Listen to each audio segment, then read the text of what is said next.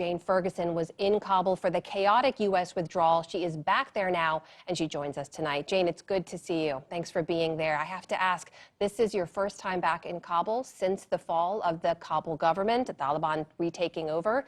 What's it like? What do you notice?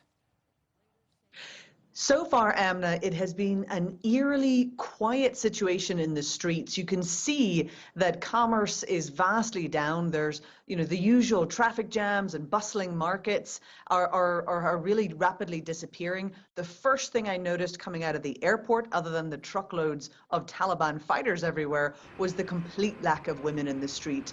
Almost none seen at all in public spheres.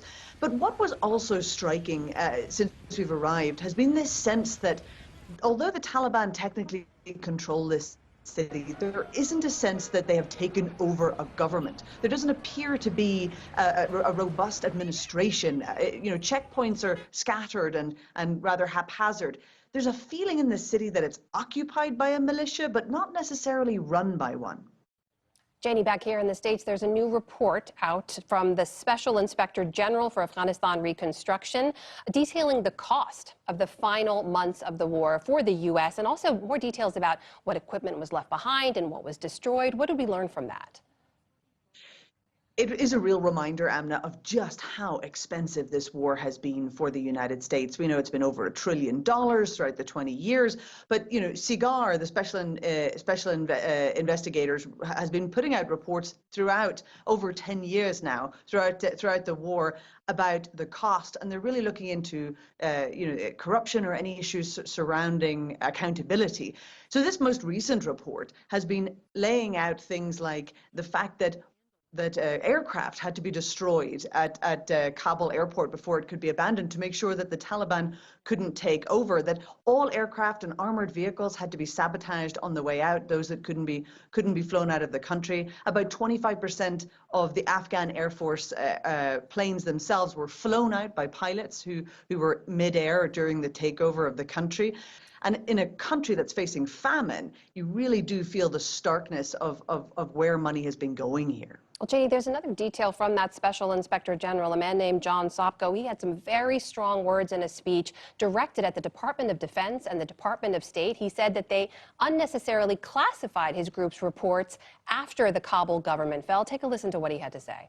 That information almost certainly would have benefited Congress and the public in assessing whether progress was being made in Afghanistan, and more importantly, whether we should have ended our efforts there earlier.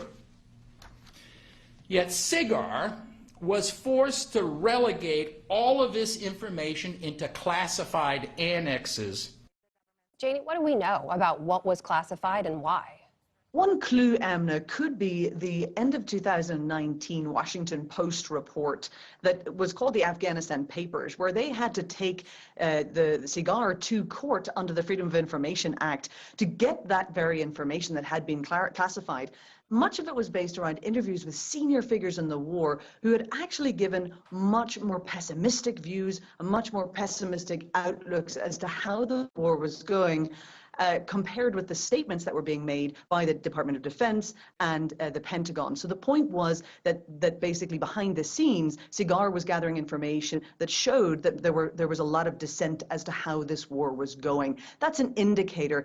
But we've also heard from SIGAR within this speech that essentially they're calling on that they've heard from the State Department even after the fall of Kabul for them to pull down information from online that's available to the public. So this is an ongoing row about what should be made public and what shouldn't. Jane, you mentioned the economic crisis, the looming famine as the winter approaches. What is needed on the ground? Is there any chance that aid will make its way in? What we're seeing, Amna, is that some aid is coming in and being distributed to people, but it's extremely complicated and it's patchy. Don't forget, this is a government now that is technically seen by the United States and various governments around the world as a terrorist organization.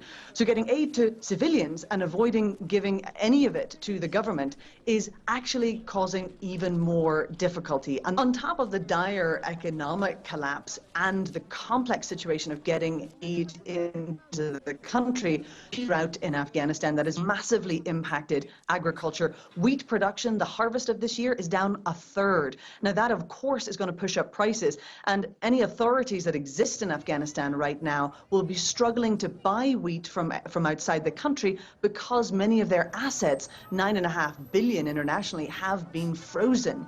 So this will mean that there's going to be a huge shortage of wheat, basically bread that would have been keeping millions alive. Now the WFP says upwards of 14 million Afghans face starvation if they don't get aid or jobs this winter.